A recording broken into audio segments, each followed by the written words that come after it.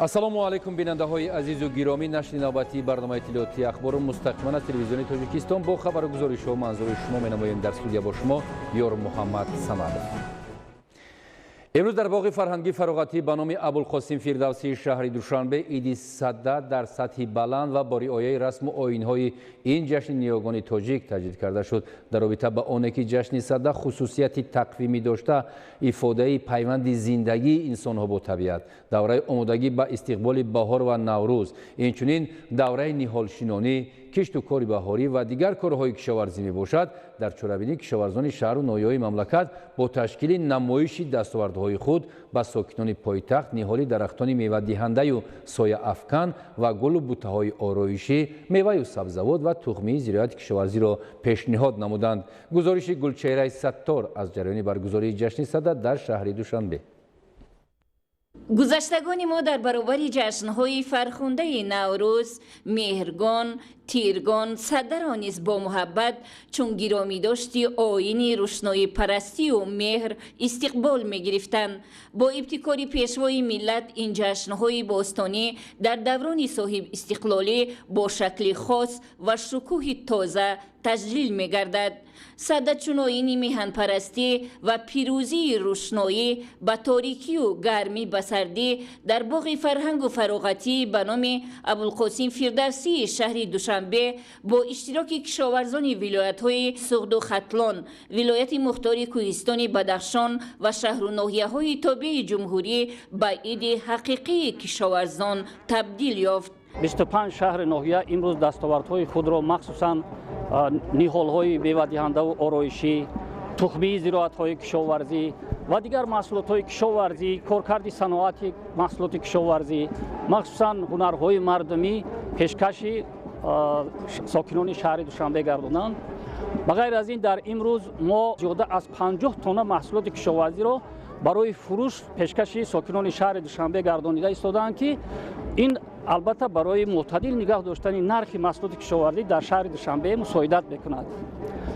غیر از این چیزی که در پیام رهبر دولت با مقامات عالی کشور قید گردید، تمام کشاورزان عموما جمهوری خواجگی‌های دهقانی از اندازی یگانه آزاد کرده شدند. از این البته تمام کشاورزان ولایت ختلان روح الهامی نو گرفته همه روزه بهر کشت و کار بهاری کوشش و غیرت کرده ایستادند. با ابتکاری وزارت کشاورزی جمهوری از تمام گوشه و کنار مملکت باغداران نهال بهترین درختان میوه دهنده و آرایشی و سایه افکن، تخمی زراعت‌های کشاورزی، نمایش تکنیکی و ماشین‌آلات ساحوی را به معرض گذاشته و عالمان و متخصصان به باغداران توصیه می‌دادند که با رعایت درست قاعده‌های اگرتکنیکی و انتخاب زمین باید بنیاد باغ‌های صادراتی را از حساب بهترین نوع‌های نهال درختان میوه دهنده که کفالت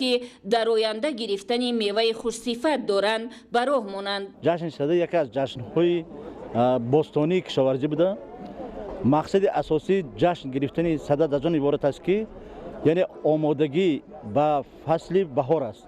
یعنی در این دوره کشاورزان خصوصا رستنی پروران و باغ پروران آمادگی میگیرند برای کشت کار بهاره.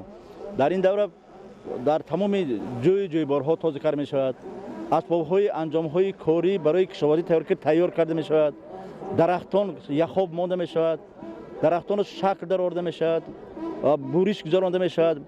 مبارزه ضد ضررسان‌ها و کسلی‌ها گذرانده می شود. این امکان می‌دهد که مردم به همدیگر درختان میوه دهنده را توصیه نمایند، نهال‌ها را آماده نمایند، تخمی‌های بهترین را پیشنهاد نمایند، یعنی از تجربه یکدیگر استفاده برند، یعنی بهره برند و توانند تجربه آن کمبودی‌های سال گذشته را اصلاح نمایند و کدام تجربه پیش قدم باشد پیشرفته باشد از یکدیگر آموزند. از فراوانی محصولات گوناگون غذایی که دسترنج کشاورز برومند تاجیک است و چهره‌های بالیده مردم باری دیگر احساس می‌شد که کشاورزان آمدن روزهای گرم بهاری را بی‌قرارانه انتظارند و با خوشی و امید نیک صدر را جشن گرفته از رفتن سردی‌های زمستان و بعد 50 شب و 50 روز نوروز عالم افروز را با نشاط پیشواز می‌گیرند. این جشن صده پیک علاقه آغاز کار در صحرا است. آغاز کار دهقان در صحرا در زمین است. از همین گوییم که تازه کردن کانال و جایبارهای آبگذر دیگر تا آغاز کشت زراعت‌ها تشکیل نمودن باغ‌های اینتنسیوی تاکزارها و عموما به شکل درآوری درختان این علاقه انمی از جشن صده تا نوروز که 50 روز هست در تاریخ هم انمین است و برای همین جشن ها می تواند در رشد سایه کشاورزی به واسطه سهامگذار باشد در پرورش استحصال و بلند گردیدن حاصلناکی و در مجموع که به واسطه مقصد اساسی ما تامین مردم با محصولات کشاورزی است یک تکان جدی بخشیده باشد. در هر گوشه پیشنهاد اشیا و موادی که به بلند برداشتن محصولناکی کار دهقان و غنی گردیدن دسترخوان با برکت ساکنان مملکت وابسته است از آن شهادت می‌دهد که مردم تاجیک از عهد قدیم تا امروز به زمین سر و کار داشت و صاحب مدنیت بلند زمینداری بود. آیین‌های نیک اجدادی نوروز، مهرگان، تیرگان و صده بازگوی تاریخ قدیمه داشتن و آزاده و سازنده بودن این ملت با آر و ناموس است که میتواند از دسترنج خویش رزق و روزی فرزندانش را پیدا نموده و تاجیکستان را در مقیاس منطقه و جهان همچون تولید کننده بهترین میوه، سبزیجات و دیگر محصولات کشاورزی که با امنیت غذایی و سرجمی و سالمی تاثیرگذار است معرفی نماید. معاون سروزیر مملکت دولتشاه گلمحمدزاده و دیگر نمایندگان حکومت جمهوری با نمایش نهال، تخمی زراعت‌های کشاورزی، محصولات تر و تازه، میوه‌های شهدبار و خشکانیده شده، آراستن طعام‌های ملی و شیرینی‌ها که از زمین فیض‌بار دیار استحصال گردیده و از جانب کدبانوهای تاجیک آماده شده است، دیدن نموده و بهای بلند داده در فرجام تمام کشاورزان و اهالی مملکت را از نام حکومت جمهوری تاجیکستان با این عید اجدادی تبریک نموده و با آمادگی کارهای صحرایی، تازه کردن کانال و جوی و زهبورها، به شکل درآوری باغ‌های و شینانیدن نهال و دیگر کارهای زمینداری دعوت نموده امتیاز بی‌نظیر پرزیدنت مملکت را در مسئله گذشت نمودن پرداخت انداز یگانه زمین باوری سزاوار پیشوای ملت به اهل زحمت ارزیابی نمودند. ما از آن خرسند هستیم که امروزها با تشبث اساسگذار صلح و وحدت ملی پیشوای معظم ملت این جشن صده دوباره احیا گشت. ساکنان ناحیه فیض‌آباد در این جشن یکدلانه با پایتخت تشریف آورده تمام محصولات ساحه کشاورزی را و تخمی‌های خوش‌صفت را برای آماده نمودن کشت کاری بهار معرض تماشای ساکنان پایتخت گردانیدند. البته ما از پیامی پیشوای معظم ملت فرهمند گشتیم، زیرا که امسال یک امتیاز به دهقانان عطا کردند که از انداز یگانه تمام دهقانان آزاد هستند و دهقانان کوشش به خرج می‌دهند، خصوصا دهقانان ناحیه فیض‌آباد که کشت کار را دوچند گذرانند. در آخر کارمندان بهترین ساحه کشاورزی، وزارت و کمیته، مقامات اجرایی حاکمیت دولتی شهر دوشنبه، ولایت‌های سوخت و ختلان و دیگر شهر و نواحی که برای در سطح بلند گذرانیدن جشن صده سهم گذاشتند، از جانب کمیته تدارکات وزارت کشاورزی جمهوری تاجیکستان با سپاسنامه و تحفه‌ها قدردانی گردیدند.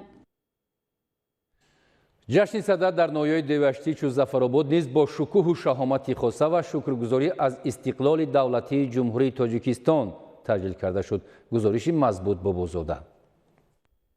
جشن صده پیروزی گرمی بر سردی و روشنایی بر تاریکی محسوب یافته. امروز طفل جهد و تلاش‌های پیوسته اساسگزار صلح و وحدت ملی پیشوای ملت پرزیدنت جمهوری تاجیکستان محترم امام علی رحمان مقام عمومی ملی کسب کرده در ردیف جشن‌های نوروز، مهرگان و تیرگان با شکوه و شهامت تنتنه کرده می شود. دهقانان، کشاورزان سربلند و پختکار شروع از این روزها به معرکه کشتکار و رویاندن حاصل دلخواه کمر می‌بندند. اسباب و آلات کشاورزی را در یک جای جمع آورده به تعمیر و ترمیم و وصل و نصب آغاز می‌نمایند و به شرف این ایده اجدادی گلخان‌ها افروخته سرودخانه خرسندی می‌کنند. نزد قصر فرهنگ ناحیه یارمارک فروش محصولات دستی هنرمندان، زراعتکاران و کارتاشک پروران و صنایعچیان و کشاورزان دایر گردید. در گوشه دیگر مکانیزاتوران و کشاورزان شهرتیار ناحیه آمادگی خود را به موسم جدید کشتکار و شدگار مزرعه‌های آهسته آهسته از خواب بیدار شده ایستاده ثابت ساخته انواع مختلف تکنیک‌های کشاورزی را در یک قطار به نمایش گذاشته بودند. در این روز باید گفت که طبیعت زنده می‌گردد، تمام موجودات روی زمین زنده می‌گردد. جشن صده این احیای طبیعت مژده از نوروز عالم افروز است.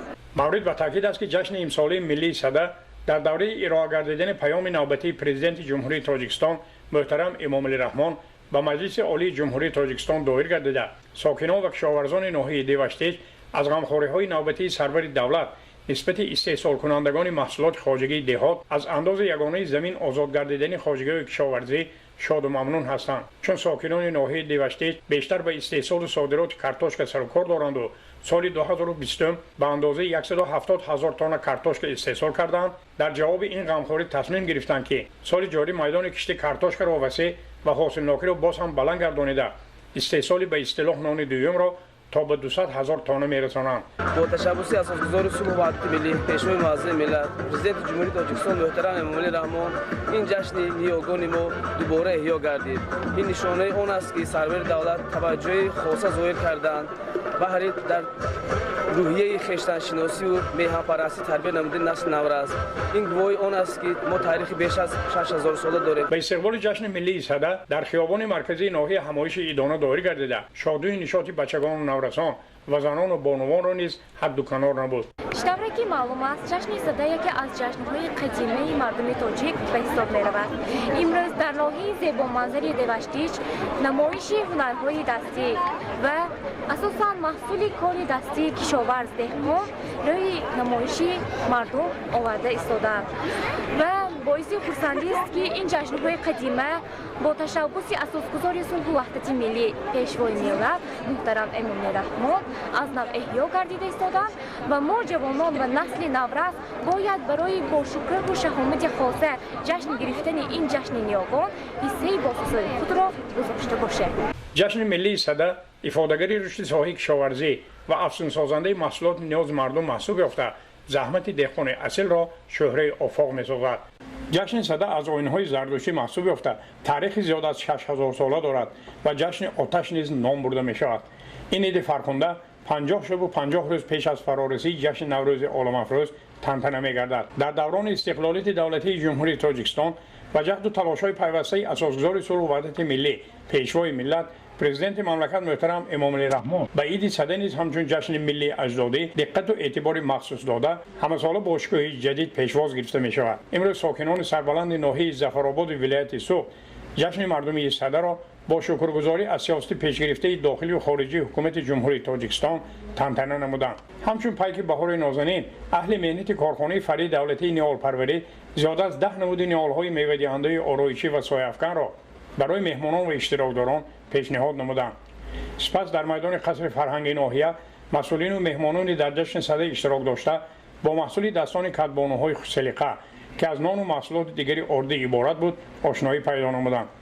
به حاضرین همچنین دوزندگی و بافندگی، زردوزی، کندکاری، کاسبان و هنرمندان کارخانه‌های تشکیلات، مربی‌های باغچه و بچگانه کودکستان‌ها، مؤسسه‌های تحصیلات میانه عمومی، دانشجویان کالج پلی‌تکنیکی و ساکنان با فرهنگ 5 جماعت شهر و دیهات پسند افتاد. خوشبختانه با تشبث اساسگذار صلح و وحدت ملی پیشوای ملت پرزیدنت کشور محترم امام رحمان همه آن جشن مراسم‌های نیاگان ما دوباره احیا گردیدند و امروز مردم در بالید خاطری در این صلح و ثبات کشور سنه‌های بزرگ تاریخی را و یک روحیه بلند ایدانه تجدید می‌نمایند. مزبوط بابازاده از ناحیه ظفرآباد برای برنامه اخبار. дар доираи иҷрои дастури супоришҳои роҳбарияти давлату ҳукумати ҷумҳурии тоҷикистон дар самти истифодаи самараноки замин ва зиёд намудани майдонҳои кишти картошка дар ноҳияи кушониён тадбирҳои зарурӣ амалӣ карда мешавад. хабардигарони мо гузориш медиҳанд. имрӯзҳо дастури супоришҳои сарвари давлат дар самти истифодаи самараноки замин ва зиёд намудани майдонҳои кишти картошка дар ноҳияи кушониён ҳамовозии ҳамаҷониба ёфта, сокинони ноҳия аз обу ҳавои мусоиди фасли зимистон васеъ истифода карда кишти картошкаро ба роҳ мондаанд. дар миқёси тамоми ҷамоату шаҳракҳои ноҳия дар заминҳои назди ҳавлигию президентӣ ва хоҷагиҳои деҳқонӣ мардум ба ҳашари дастаҷамона баромада ба марди деҳқон дасти ёрии кӯмак дароз менамоянд. имрӯз сокинони ҷамоатҳои деҳоти заргар ва сарвати истиқлол якдилона ба саҳро баромада кишти ин зироати ниёзи аввалро хуб ба роҳ монда нияту мақсад доранд ки ҳосили хуби картошкаро рӯёнида саҳми худро дар таъмини амнияти озуқавории кишвар гузоранд. хоҷагии деҳқонии ҷавонӣ дар ихтиёри худ 9 гектар замин дошта дар 1 гектар гандум ва дар 1.5 гектари дигар кишти картошка гузаронида истодаанд. баҳримадади деҳқонон кормандони корхонаи фаръии давлатии ба қайдгирии молумулки ғайриманқул, кумитаи замин ва кормандони кумитаи иҷроии ҳизби халқии демократии тоҷикистон дар ноҳияи кушониён ба саҳро баромада дастиёрии кӯмаки худро ба марди деҳқон дароз карда истодаанд. уман дар ҳамин вилояти хатрон гузарондани кишти тирамоҳии картошка ҳосили хуб медиҳад. барои чӣ? барое ки дар вақти ҳамин гул кардани картошка ҳарорати ҳавои мо салқин аст. вақте ки ҳарорати ҳамин мо салқин аст, ҳамин картошка ҳосили хуб мегӯяд. картошка ғизои дуюм барои мардум маҳсуб меёбад.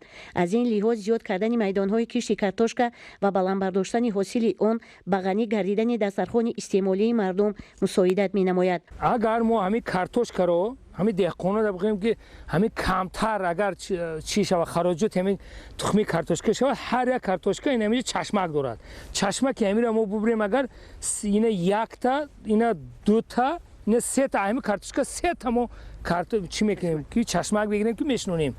ана агар ҳамин ина ита боша, агар ҳаминро метавонем ки дута кунем, хароҷот камтар мешавад. тамоми ташкилоту муассисаҳо, идораyu корхонаҳо вазифадор гардиданд ки дар рӯзҳои истироҳат дар паҳлӯи марди деҳқон бошанд ва ёрии кӯмаки худро дареғ надоранд. сарчашмаи ҳама ободкориҳо ва зиндагии шоистаи мардум иттиҳоду иттифоқ аст.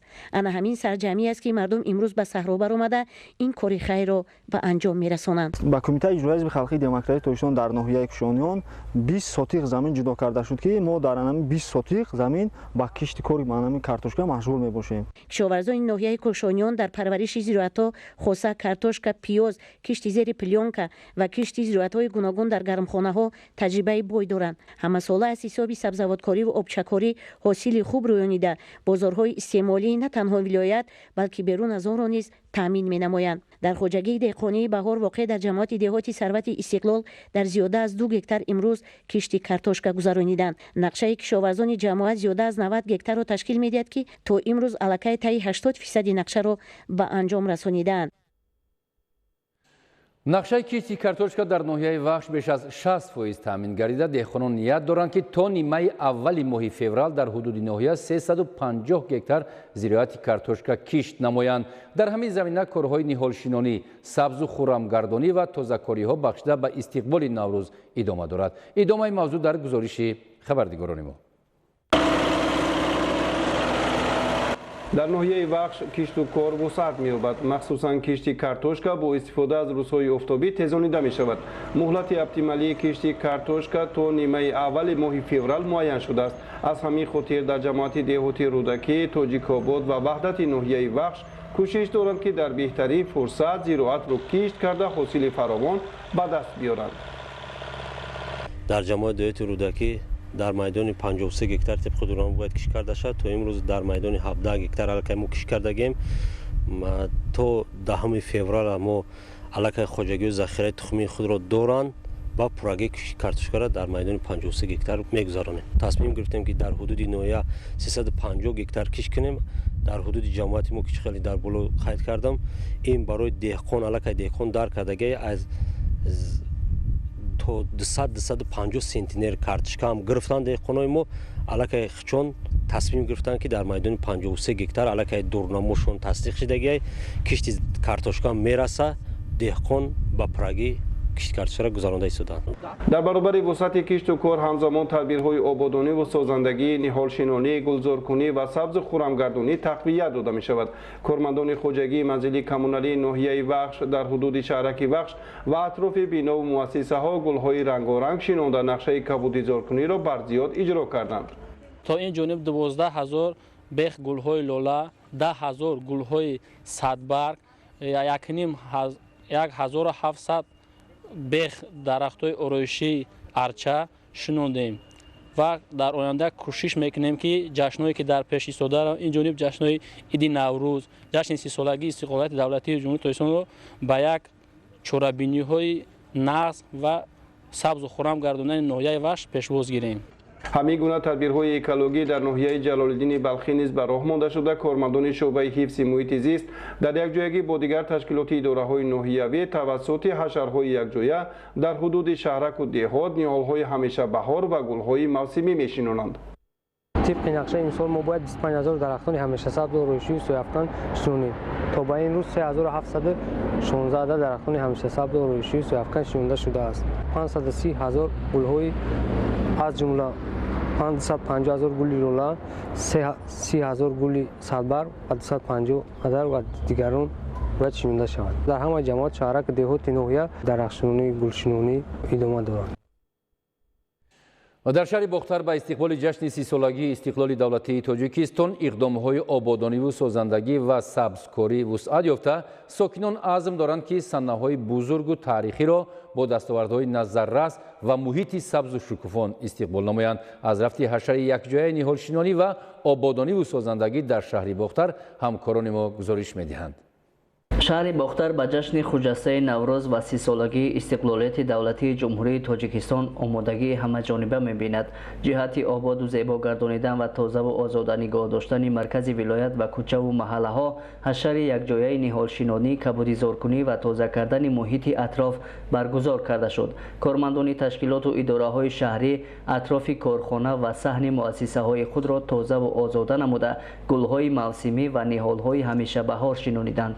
در شهر باختر باید که زیاده 15,000 نیالای همیشه سبز و آرایشی و زیاده 1,650,000 گل‌های موسمی از آن جمله گل‌های لاله، گل‌های صدبرگ و دیگر گل‌ها شنونده شود. زیاده از 560,000 گل لاله و زیاده از 200,000 دیگر گل‌ها امروز در گوشه و خیابان‌های شهر شنونده شده است. در حشر امروزه کارمندان مقامات اجرایی حاکمیت دولتی شهر باختر و به واسطه ساکنان محله‌های مرکز ولایت شرکت ورزیده حدود آرامگاه‌ها، کوچه و محله‌ها و جویبارها را تازه کرده بیخ درختان را نرم نمودند. در قطعه‌های معین شده درختان آرایشی، سایه‌افکن و گل‌های موسمی شنونیدند. کارخانه فری دولتی تعمیر استفاده برای انشاءات منزلی شهر باختر در سال 2020 یک قطار کارها را به انجام رسانیده است که و این هم باشد برای پیشروز 30-سالگی استقلالیت جمهوری تاجیکستان و عید نوروز بین المللی. از طرف کارخانه ما 7 بینا رنگبار کرده شده. این هم باشد با دستگیری خود شهروندان و صاحبکاران می باشد. در سال 2021 ما اقدام گرفتیم و نقشه 4 بینا ترتیب داده ایم که باز برای پیشروزی نوروز عجم و 30-سالگی استقلالیت دولتی جمهوری تاجیکستان رنگبار بیناها و آبادانی را بیشتر نماییم. مقامات اجرایی حاکمیت دولتی شهر باختر به استقبال 30-سالگی استقلالیت دولتی جمهوری تاجیکستان چنین تدبیرهای سبزکاری و اکولوژی را بیشتر راه‌اندازی کرده این صحنه‌های فراموش‌ناپذیر ملت را در فضای مناسب و سبز و شکوفان استقبال نمایند. بیننده های عزیز و گرامی، این بود نشر نوبتی برنامه اطلاعاتی اخبار خیر. سلامت باشید.